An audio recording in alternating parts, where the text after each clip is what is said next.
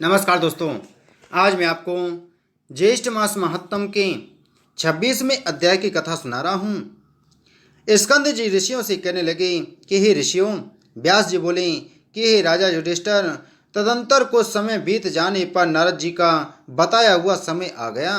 जो कुछ नारद जी ने बताया था वह सावित्री के हृदय में निरंतर बना रहता था। सावित्री प्रतिदिन समय की गणना कर रही थी। वह 3 रात्रि का व्रत धारण कर रात दिन एक ही आसन पर बैठी रही और चौथे दिन इस व्रत की समाप्ति करूंगी ऐसा निश्चय किया। राजा द्युमत्सेन अपनी पुत्र वधू का दुख साध्य नियम सुनकर दुखी हो गया और स्वयं उठकर सावित्री के पास आए और यह श्रेष्ठ वचन बोले कि हे राजपुत्री, तुमने यह अति कठिन नियम का प्रारंभ किया है। स्कंद जी बोले कि हे ऋषियों, 3 दिन का समय बहुत कठिनता से बीतने योग्य है, क्योंकि 3 दिन में अपने पति की मृत्यु का कारण जानकर इसी बीच में उस तपस्वी ने 3 दिन का नियम ग्रहण किया। उसको यह निश्चय था कि चौथे दिन उसका पति मर जाएगा। इसी प्रकार सत्यवान कोठार कुलाड़ा पेटक पेटरिया टोकरी लेकर लकड़ियां लेने के लिए वन को चला। उस सत्यवान को वन में जाता हुआ देखकर सावित्री बोली कि हे मानद, आज आप मेरे कहने से वन को ना जाइए। यदि आप जाना ही चाहते हो तो मैं भी आपके साथ चलूंगी। सत्यवान कहने लगे कि हे सुश्रोणी, मैं स्वतंत्र नहीं हूँ, मेरे माता पिता से पूछ लो। हे सुचिस्मते, यदि वह कहें तो मेरे साथ चली चलो।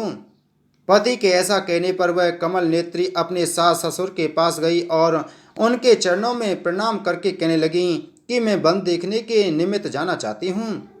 तुमने व्रत किया है, अब उसके पालना का समय है, उसका पालना करो। उसके पालना के पश्चात तुम वन को चाह सकती हो।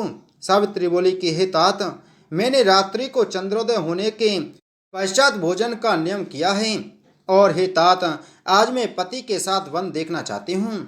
हे नराधिप, मुझे पति के साथ वन में किसी प्रकार का कष्ट नहीं होगा।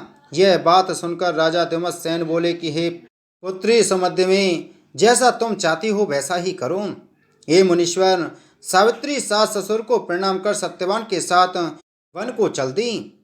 वह मनस्विनी बार बार अपने पति को देखती रही तथा विकसित पुष्पों वाले वृक्षों और सुंदर फलों वाले वृक्षों से व्याप्त वन को भी देखती जाती थी। उस वन के वृक्षों के नाम पूछती हुई और कभी मृग समूह को देखती हुई वह सावित्री हृदय से कांप रही थी। उस वन में जाकर सत्यवान ने शीघ्र फलों को लेकर काष्ठ को भी ले लिया, एक भारी बोझ बांधकर तैयार कर लिया।